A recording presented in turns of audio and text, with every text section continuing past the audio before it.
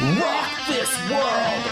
How is it looking out there these days? So you're a licensed social worker, correct? Yep, licensed And clinical social you worker. and you just have a is it just a private practice then out of your home, or kind of tell me what your setup is and Yeah, who you see? I've been in private practice since the end of 2020. I don't know if you remember The Sixth Sense, but that dude was a therapist. Yeah, He got killed by a yeah. client. So, I had lots of people say to me like, are you sure you want to do that? Yep, I'm sure I want to do that. The clientele that I have, I can honestly say that had I met them in any other situation, and had they not reached out to me for therapy and I met them outside doing some activity, we'd likely be friends, a lot of them, I love because that. yeah, I do work a lot with people that are struggling with their sense of identity or grief. I have been a certified grief and loss therapist for the past little while, and I do a lot of work with folks leaving the LDS church, so post-Mormon grief and loss work and identity work there, as well as like your traditional depression, anxiety, trauma sort of work. Job market is rough. Life, I think, just generally is very rough for a lot of people. Do you see a lot of people like struggling with identity and grief and loss right now more than maybe you did when you started? That's a really good question. I mean, the world is in a very different place now than where it was in 2017 in a lot of ways. I mean, the current administration was also the administration back then. Man, people's concerns seem to be about the same things, just with this new variable. I actually have quite a few clients that have been without work for a while or went a long time without finding a job despite their best efforts. And so I know that is a big deal. Lots of people are questioning their career choices and thinking about doing new things and exploring all the paths that exist for them. Let's see. Outside of that, it's typically stuff going on with their partners, family members, trying to process things that happened in their childhood. And yeah, then that variable with everything happening. I do see a lot of folks that are perhaps being targeted in the world by the right side. By that I mean not the correct side, the Yeah, right yeah. leaning politics side. And so there is a lot of fear there that we also address. And like, how do you live in a world where your very existence is viewed as a sin? You mentioned the current administration being the same as the one in 2017. This time around, there are some differences, though. I know RFK Jr. was not heading up basically the health agencies and medical agencies in the 2017 administration, and he is now. My understanding is that Robert F. Kennedy Jr. is fairly, I don't want to say anti-mental health, but he's against a lot of the medications and treatments we use for things like autism, ADHD, antidepressants, and there are legitimate concerns about many of these medications, I think, but also think that they do help people when they are used responsibly with proper guidance and providers such as yourself. When it comes to medications like that, do you have any specific thoughts or approaches? Have you been concerned with the current administration's approach to just mental health in general? Yeah, there is concerns. I have a little boy with autism, and I myself am diagnosed ADHD and bipolar type 2,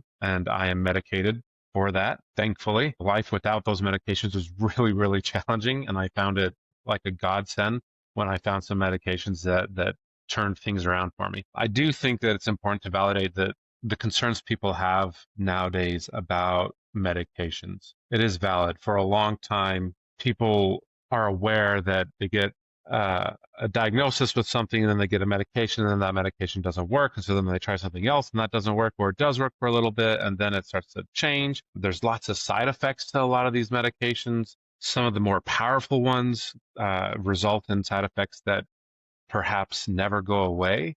And like even if you discontinue a medication. And so, it is valid that there are concerns and there is a lot of research being done. There is a lot on the science side trying to figure out best ways to address those. Can there be medications that don't have as big of side effects? You do find some people that are just, given one medication creates a side effect, so they're given a different medication to treat that side effect. And it's kind of a shit show when it comes to it. So valid concerns. I've had many clients say like, I don't want to be a guinea pig and I don't want to lose myself. Like these parts of me that really are my core. Like I don't want to numb out. Completely valid. There's also the political side of medications, big pharma, and how that is playing a role. And are some of these medications that are rolling out, is it just to feed someone's pocket? And like, does it actually work? So there really is a lot to look at and say like, can I have a point? There's some problems with medications. At the same time, if a person is able to find the right medication and it improves their quality of life, but it allows them to be able to exist in a headspace where they can process deeper hurts, traumas, where it lets some of these symptoms of anxiety or depression subside a little bit, and they can begin to build their own skills to address these things. And they don't have to rely on medication long term because they've had the opportunity to put in practice these skills that basically eliminate or decrease those symptoms of depression or anxiety or trauma. So I think that it is worth the risk a lot of the time. Yes, there's going to be side effects. Yes, there's potential for there to be things that happen. And if you can find yourself living a fulfilled life as a result, is it worth it? For myself and my own mental health experiences with medications, 100% it's worth it. Now, I have pretty strong opinions about RFK Jr. and his approach. So if we transition that direction, I think he creates a lot of fear, and there's a lot of misinformation. Someone can have their opinion, but if it's not backed by research and science, it's not a very good opinion. No, it's for lack of a better term. Yeah, it's really not. Like I know nothing about electricity. I could share with you my thoughts and opinions about how electricity works, but I have no clue how it works. No clue. And sure, RFK Jr. has like some background, but his approach is dangerous. It is creating a lot of problems. I just saw that there was a first measles case down in Grand County. Yeah, that's wild. Yeah, like this anti-vaccine stuff. And it's not just anti-vaccine, it's anti-medication and to be fair, anti-big pharma. Like, okay.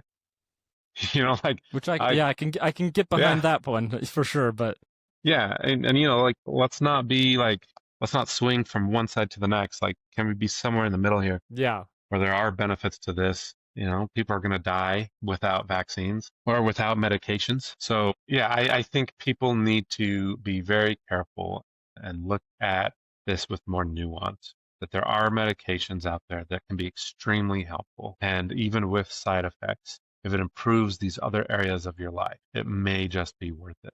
Something really cool that's going on is gene mapping. I don't know if you've heard of gene mapping before. Yeah, I was going to ask if, modern day with like EKGs and genome mapping and stuff, if there are ways to more easily fit people to drugs that actually work and how accessible those diagnostic resources and tools are. So if you want to tell me more, that would be great. Yeah, so and I am not an expert with gene mapping. This is actually something that I recently became aware of. Cache ketamine locally in Cache County, Utah, it's the only place I know of locally that does this, where they test you to see which biomarkers would line up with the medication, right? They want to make sure that if you are going to be taking a medication, that it's most likely the right fit. And that's really all I know about it, and that it's new, and I think it's having good success. People are getting on medications with less side effects and actually feeling the benefits from the medications rather than just being a guinea pig. It's like, hey, this has been tested. Yeah. And it should work better for you. Yeah, it's amazing, honestly, the trial and error of, my generation and generations before, spending months, years testing out, because a lot of these medications take months, sometimes even a year to really tell if they're working. It can be a years-long process historically to find medications that work. So things like this, gene mapping, and just better diagnostic tools for really pairing people with drugs and medications that work, big game changer that I think could radically change lives if they are accessible. And I don't know how much that is. Yeah, I agree. And the cost of some of this stuff it can be substantial. That's not my area of expertise. I don't know if it is something that insurance companies are willing to cover. People that don't have insurance are paying out of pocket, which is a lot. So, there is a financial barrier for a lot of people to access some of these medications or treatments.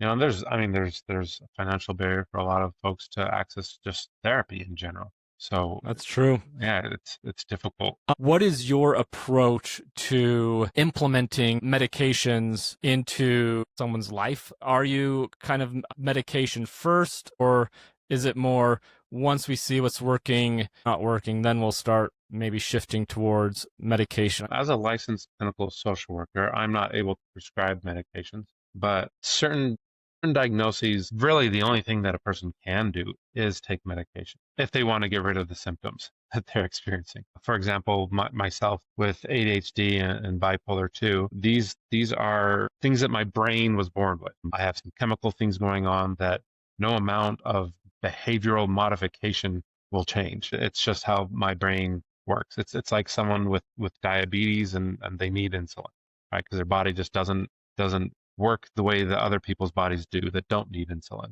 So in that case, medication is absolutely the go-to. Now, following that up with therapy, because there's a lot of fallout with relationships, with goals or desires because of some of these diagnoses, the symptoms of them, and pairing that with therapy is extremely beneficial. For folks that don't have something where they just chemically need a medication to make up for something that their body doesn't produce, it is more of a, let's see if we can address it without medications. That's my approach. Let's try adapting your thinking. Like, can you view this in a different way? Can you reframe some of these problems and approach it with a new behavior? If that doesn't prove successful, and I would give it at least 6 months to a year, maybe even more. And that also depends on how severe their symptoms are. If someone is a risk to themselves or to someone else, then perhaps it's a benefit to try and get that in sooner. But like, the medications really are helpful. I like to use this metaphor with a lot of my clients. Like I say, like, you're trying to build a house, right? Like, this house is your life that you want. It's the relationships that you would like to see. It's the job that you'd like to have. It's the hobbies or the emotional release that's healthy. Like, that is what you're trying to build. But it is downpouring. Like, it is raining so incredibly that you cannot get some of the materials that you need to make even just the foundation to harden up and work. And so the medications don't necessarily stop the rain, but they maybe provide a covering that you can work on certain aspects and make the progress that you otherwise maybe wouldn't. Like, if you can put up a tarp over certain areas, and it might be a really substantial big tarp, then you're going to make a lot more progress. The materials that you're working with are they're sound, whereas before they're compromised. And that is how medication often plays the part. Like, you still have to build. I think that part sometimes people forget. It's like, well, I'm going to take a medication and things are going to just improve and I don't have to do anything. Well, if the symptoms subside to the point where you feel better, that really is the ideal time to work on yourself, because the roadblocks aren't going to be so substantial that they're keeping you from doing those things. It is easy, I think, for most people, that as soon as the symptoms go, I'm better. The root cause hasn't been addressed. So if you stop medications, those symptoms come back. We don't want that, and if someone doesn't want to be on medication for a long time, I find that they are more likely to do the work. The ones that are like, I'm not so sure about medications. So you mentioned that, some of our brains just don't work like others, in the way that, like, some people's bodies just don't work like others when it comes to insulin. That is a perfect segue to discussing how much of these, and I don't want to, like, get into necessarily, like, RFK Jr. territory here, but, like, I think it's worth asking how many of these are kind of socially imposed problems, really. Like ADHD, is that really an issue? Or is it only an issue because our society demands that we are heads down, focused 100% of the time, doing the job? And, ADHD people are more, not, I don't even want to use distracted. They're just, they are aware of other things going on, and they, it's in their nature to kind of check those out and address those things and then maybe circle back to what they were doing. I have ADHD myself, so I feel like I can confidently say this, but like, I'm curious your thoughts on just in a world where we were maybe less consumerist, less capitalist, would some of these issues be the problems that they are? Classic therapist response. It depends. Like the nuance here, I do think that let's talk about the school systems and how a person with ADHD might be impacted there, right? Like the school systems are set up for a neurotypical person, a person that has an easier time sitting and thinking about one topic at a time, that doesn't have a desire to go and explore other things, right? And you're talking about like you said, like someone that's like open to like the world, like looking at like that, an ADHD person. If they're sitting in the classroom and that what they're talking about, they either get it like right away and they're like, okay, like I'm bored. Like I think it's a superpower, honestly. Like people with ADHD, I for the most part grasp concepts fairly quickly and find themselves gravitating towards the thing that is interesting to them.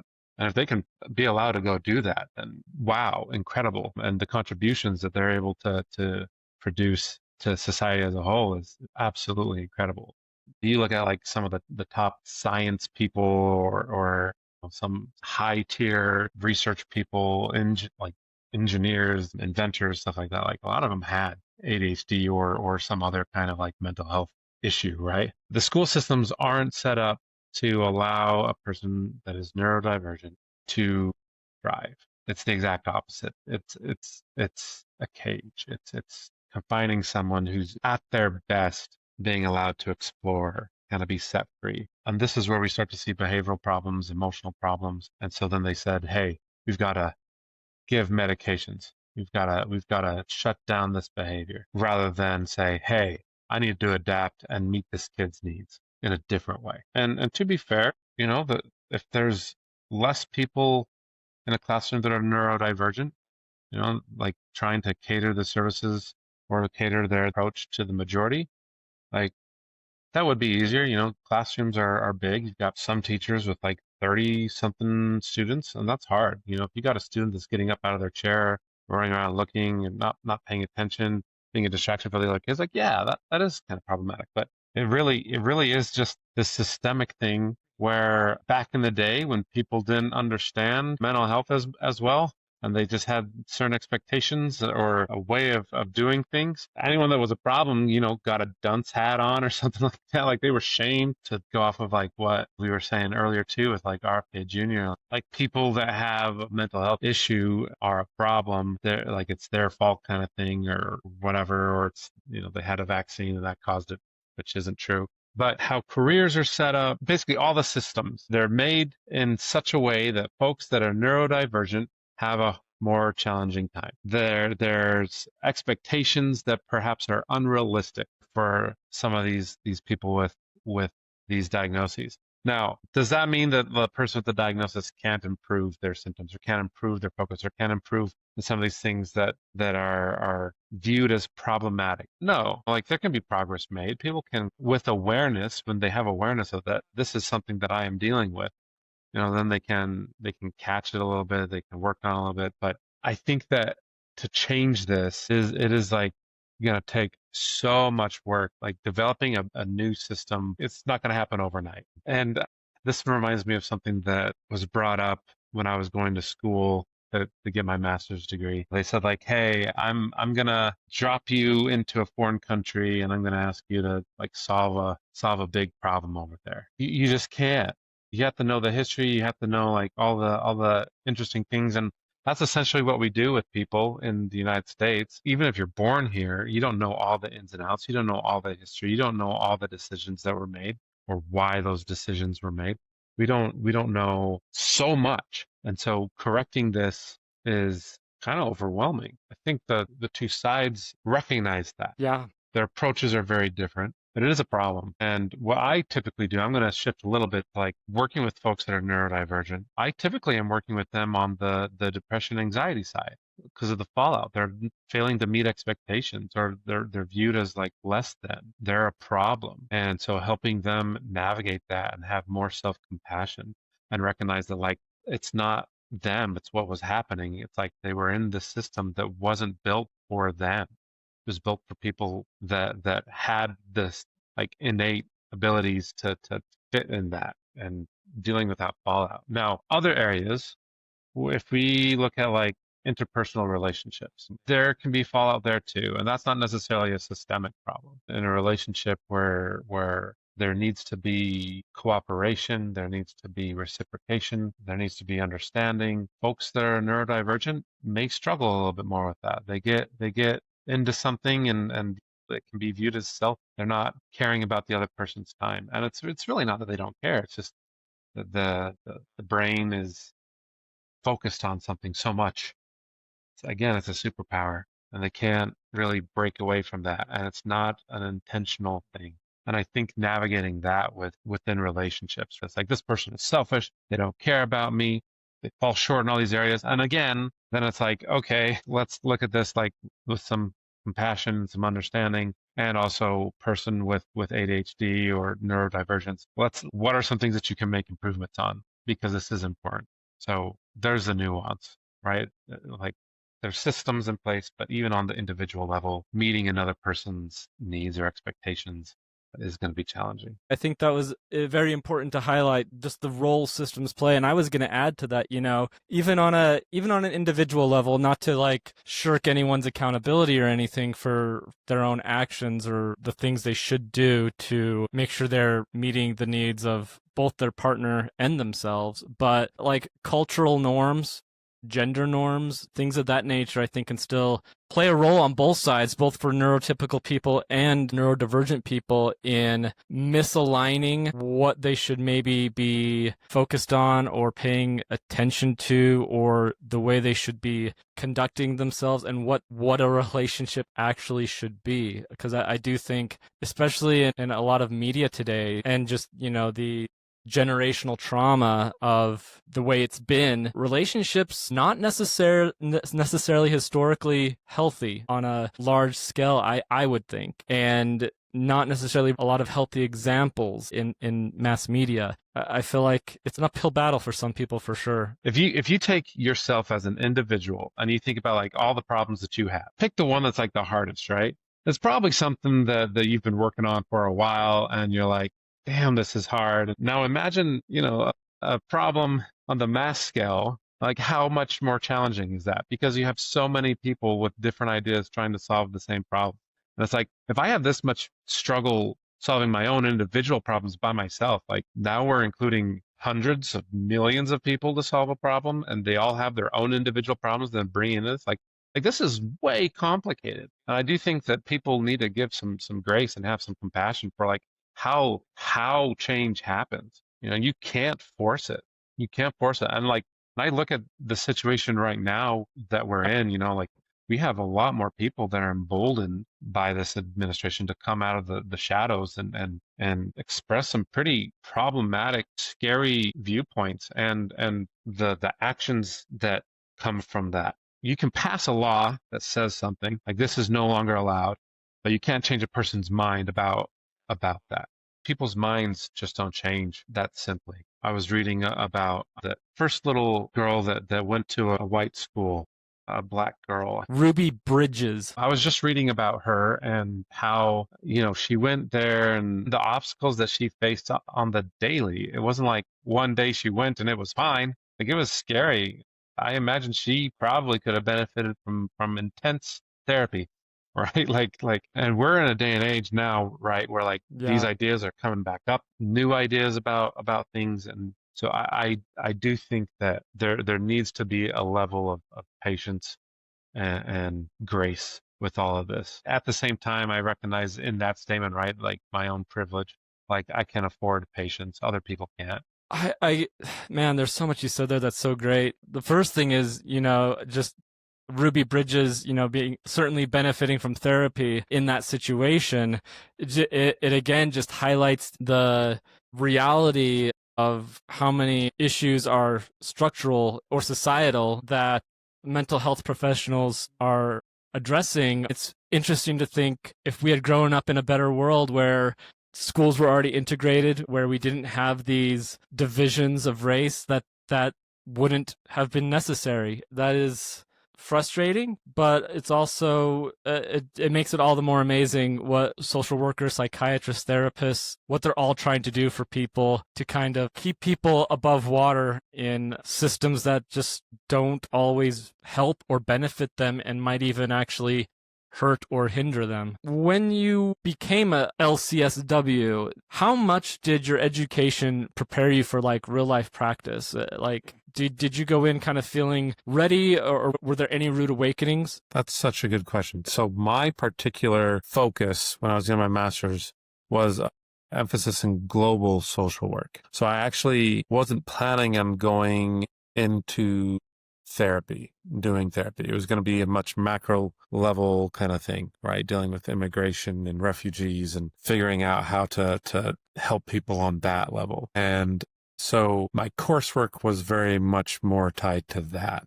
Now, as a social work master's program to be accredited, like they do have to cover, a certain number of like clinical type of things. Like you have to get some clinical hours when you do a practicum, and you have to take a few classes about the basics. So when I graduated, I had a basic understanding of the therapy world and the different approaches. I had had some practice under my belt with some clients from doing my practicum. But around the time that I graduated, my wife had thyroid cancer. We didn't know what that was going to look like. And so I decided to try and get a job locally. I applied for a job at a local community mental health center. And even in the interview, I told them, I was like, look, I did not emphasize in this. Like, I really have a lot to learn. So I'm going to kind of be like an intern. And they liked that they could kind of mold me into a therapist. They liked that idea. And I had a wonderful supervisor. I think daily I was going in and out of his office being like, okay, so a client did this and a client said that, and I did this and did that. And we'd talk about it and he'd share insights and therapy approaches. And it was fantastic. I learned so much. What I learned really from the get-go was just how to be present for a person. Aside from all the modalities and things that are out there, like those matter. Evidence-based practices matter.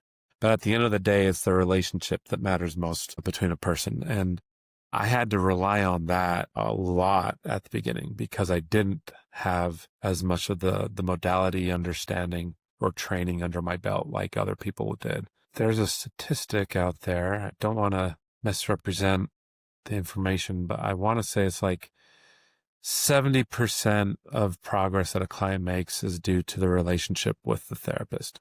The other percentages are between the modalities, the person doing their own work, something like that. But if you have a relationship with a therapist where you feel that connection, you feel like they actually listen, you feel comfortable sharing the most vulnerable information about yourself, you're going to make the most progress that way. And so I feel like that is one of the things that even now, after learning lots of different modalities and implementing them, that is like the main thing that I try to focus on. I just need to make sure that they feel like they are seen and heard and cared for here. You mentioned modalities, and at least in my experience, and this just could be my own echo chamber, it seems like cognitive behavioral therapy, dialectic behavioral therapy get all the love and attention. I hear about those a lot. I'm curious if there are any like lesser known modalities out there that you find very effective or that you just enjoy that people maybe don't know about. I recently heard about something called brain spotting from a friend, and that's actually what kind of prompted this question is just I've never heard of brain spotting before. I still haven't heard it from anyone else, but she's found it very effective in her own life and mental health journey. And so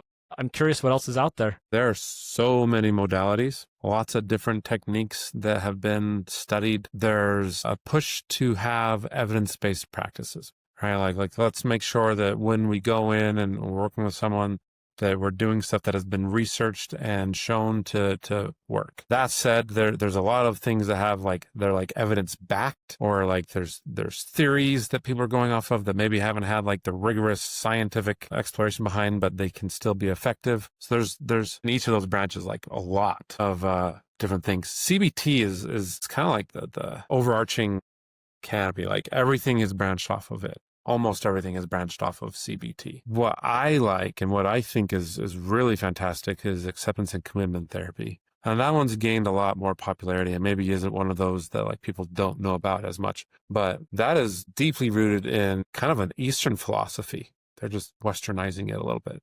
This idea that you connect to yourself through mindfulness, and you connect to the world around you through mindfulness, and reflect on what it is you actually care about, what it is that you value, and trying to align yourself more and more with that. And that is incredible work. If a person is struggling or suffering, is it because they just aren't doing what at their core they're supposed to be doing? And that's a really that's a great one. And when someone's struggling with their personal identity or midlife crisis, or whatever it is that they're going through, it's okay, well, what is it that you actually value? And can we get rid of all the noise, all the distractions, and get you honed in on what actually matters?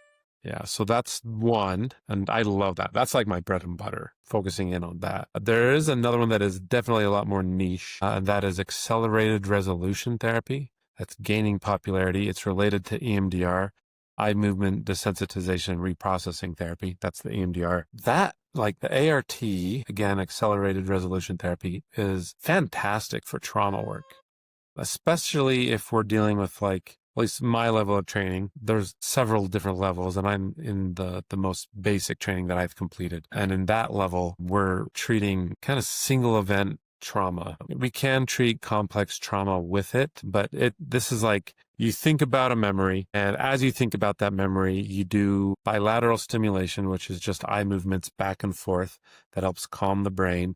And then you pair that with a new imagery, a new outcome, or a new belief system, something that you would have liked to have happen, or just something that does not feel as traumatic. And as you pair that with eye movements, it helps you feel less triggered by a traumatic event. And then it also helps you remember this other calming thing. And the saying is you remember the events of the trauma, it happened, but the feelings and the trauma are different. They're gone, which is really cool.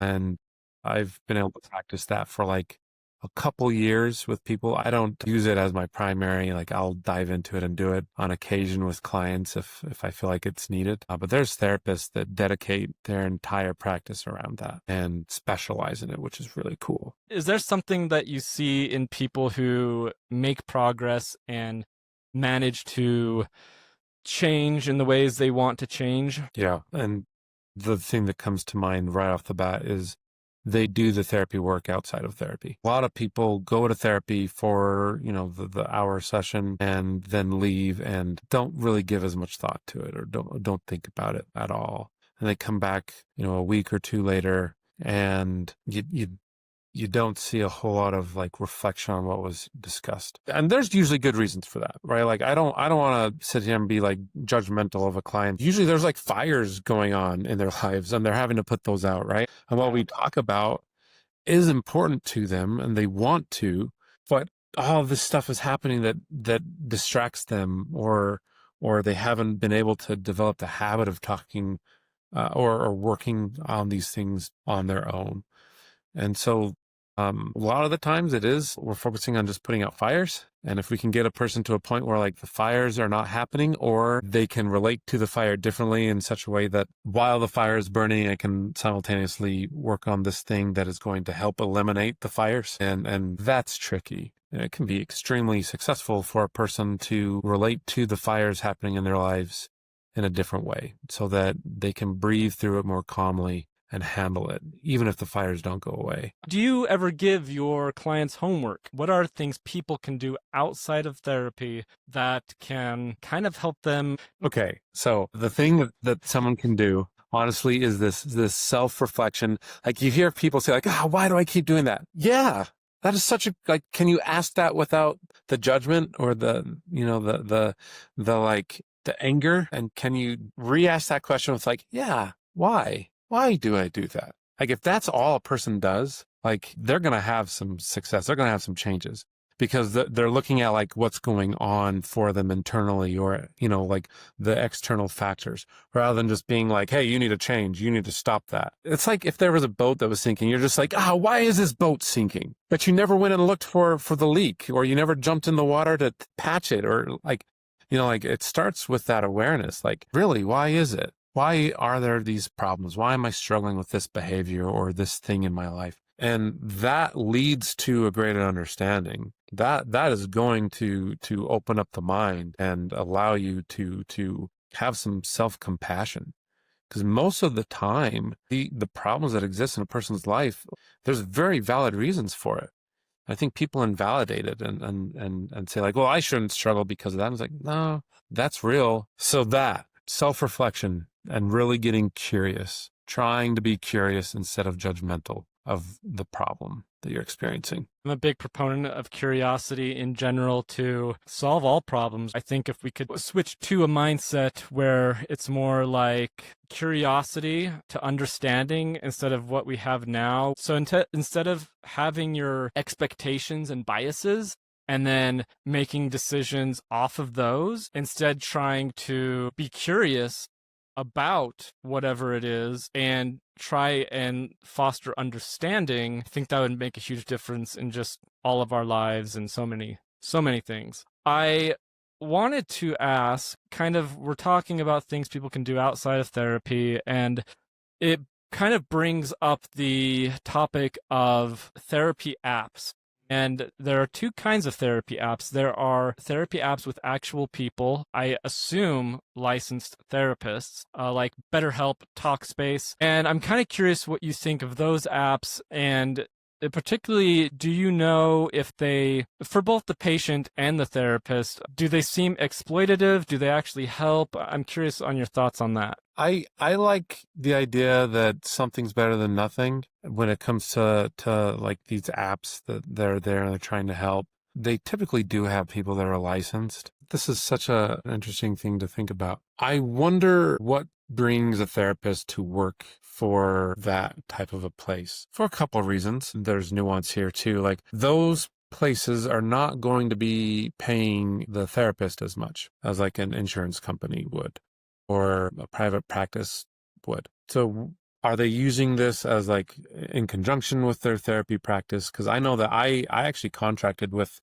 a company who had their own internal app for their employees to use. It wasn't for the broad public. And I was there as kind of like a filler, like as I was starting my private practice. I didn't have a full clientele and I needed some supplemental income, right? And they would include like a lot of flexibility for me to say like, this is when I'm available. And then an employee of their company would like click on and see who was available and then they'd go and work with that person, right?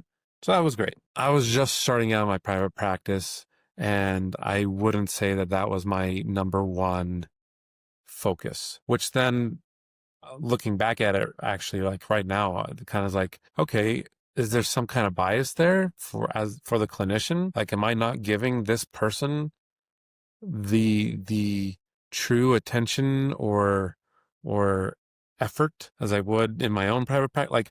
Like kind of a bias, and I don't know what the answer to that is. That's just something that just came to my mind. But I do wonder about that. And like, is there going to be a lot of turnover with the therapists in that case? Because I no longer do that. And as you're looking for help, I think to find someone that's going to be around long term. Some of these apps, like you click on, you meet with one therapist one time, then you meet with another therapist another time. Like how do you have continuity? Like that's hard. And also something is better than nothing. You have no other access. And does it exploit the client? I don't know.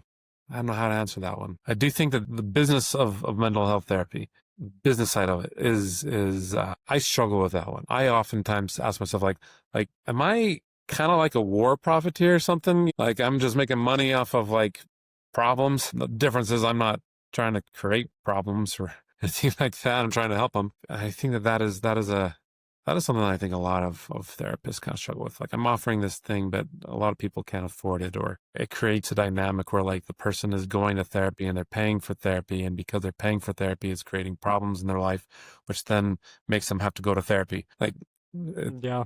it's a weird thing to navigate. Well, if it's any consolation, like, I think, kind of going back to what we were saying earlier, you and I are also just cogs in the system. In an ideal world, maybe that's something we could give everyone for free, and you just have your necessities taken care of, and this is all just less transactional and more relationship building, societal community building, meaningful. But you've got to make ends meet. I've got to make ends meet. And one, people don't go into these fields to make money. They definitely go into these fields because they care about people, they care about their community, they want to help people around them. And just knowing you personally, I know that's true. And so the heart is in the right place, and it has to deal with the system that is there. And I think we all do the best we can in that regard. So going back to the earlier thing, first type of app is actual people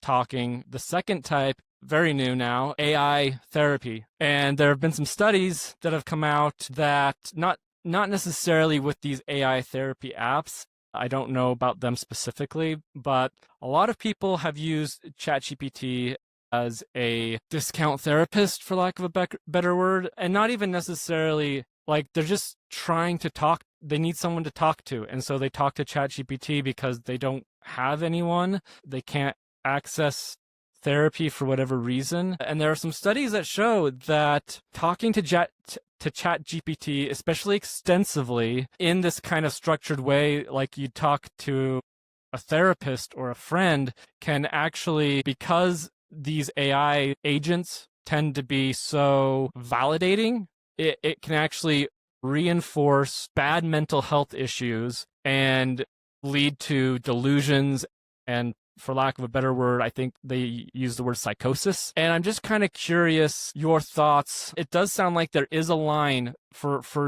real therapists. There is a balancing act between validating people and critiquing them and trying to show them a better way. And I'm kind of curious what your thoughts are on what that looks like for you and whether AI can really ever do something like that. Out of curiosity, I went to ChatGPT with some things I wanted to see. I used ChatGPT to navigate an argument that I had with my wife. It actually had some really good insight and shared some things that I was like, it's really interesting. Now, I'm a therapist going in and talking to this thing as a therapist and like explaining things as trying to be neutral as possible about it, right? Like I don't want to put in anything that would make it biased towards me or her.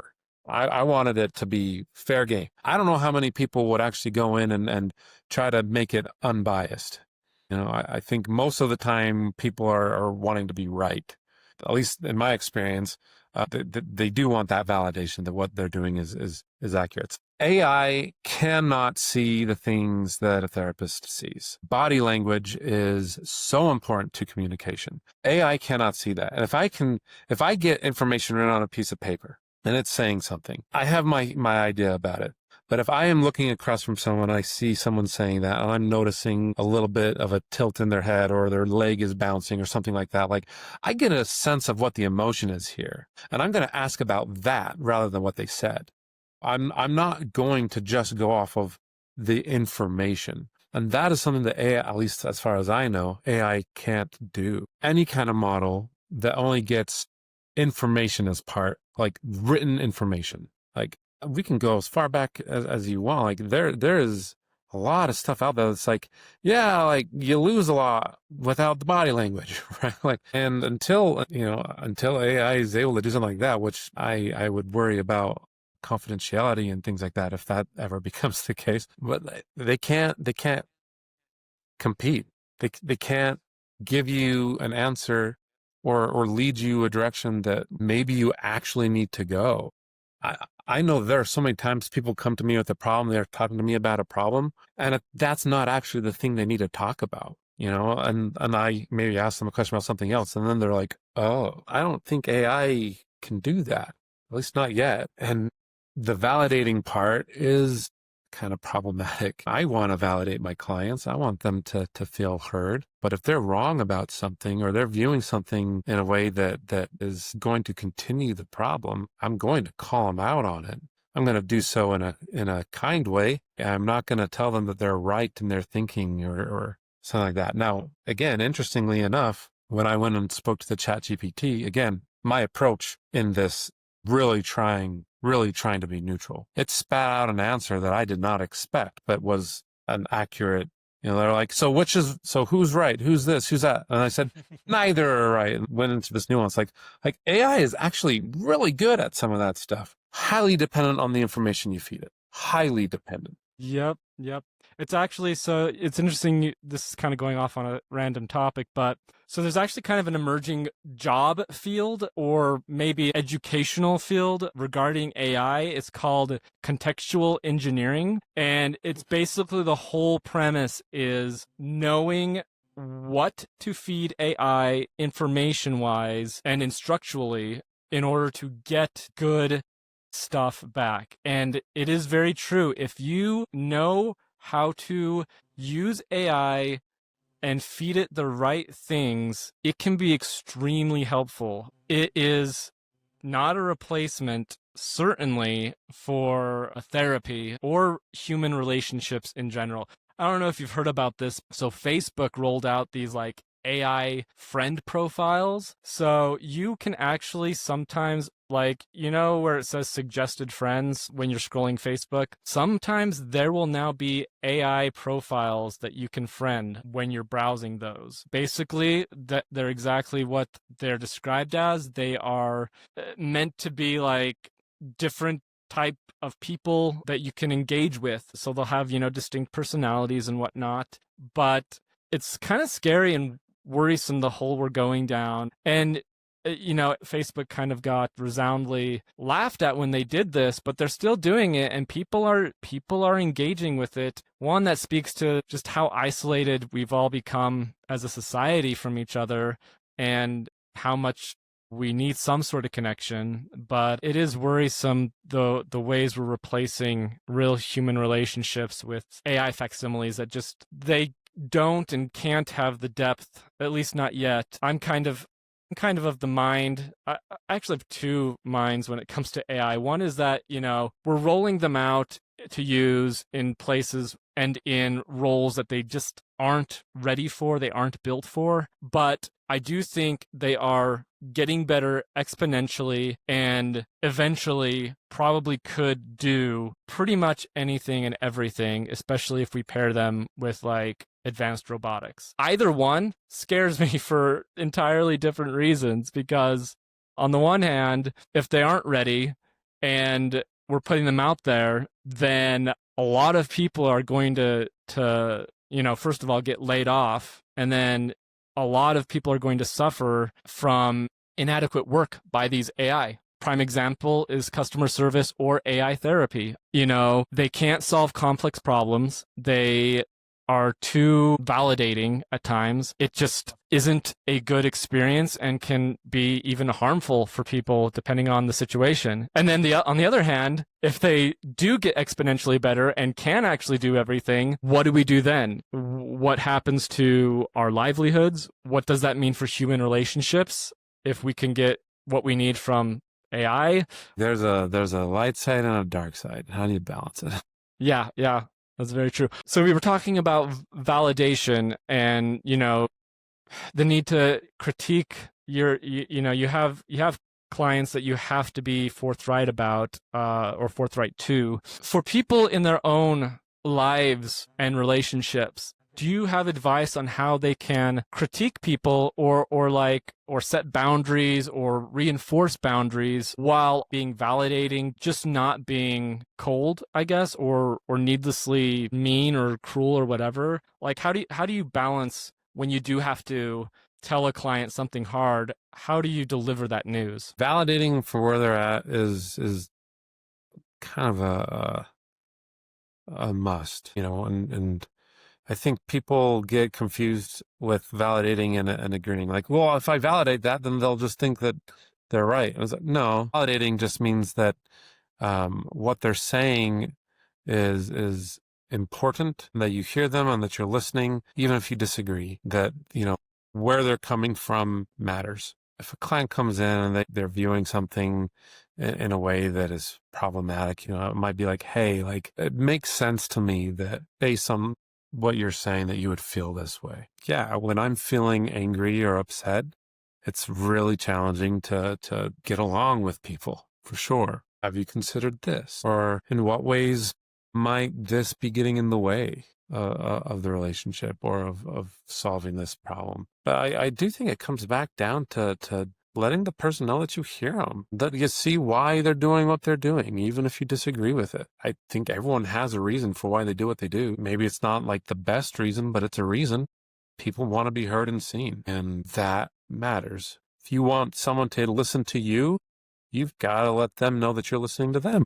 That's solid advice. I appreciate that. Is there anything we haven't covered that you really feel compelled to talk about or you think is important to mention? Yes. So, I mean, kind of along the lines of like the AI, like, do you really need to go to therapy, or can you just speak with AI, or can you do like a self-help app, or just talk to a friend, that kind of thing? I would say therapy in general is going to be a safe space where, if you're with a good therapist, where that you're going to be treated respectfully, that everything about you, everything that you share is in a neutral spot, and they're not going to try and just feed you an answer like maybe a friend or a family member would. We're trained to check our bias. Now, does that mean that we always are unbiased? No, of course not. We have our own experiences that play in all this, right? But like, there is that training here. We're looking for things. We're trying to find patterns. And that is stuff that a lot of these other options can't offer. And so I would urge people to seek out therapy and really approach it in a fully open, vulnerable way. It helps. I will attest to that myself.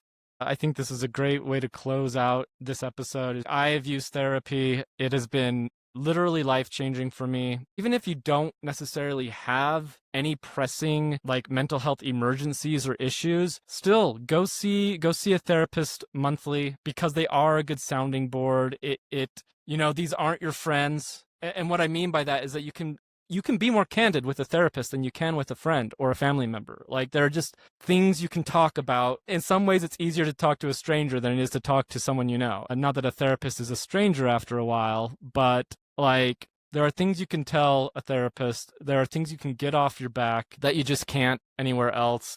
And it makes a difference even if you aren't facing any sort of crisis. It's just a really good and important relationship to have, an important resource to have.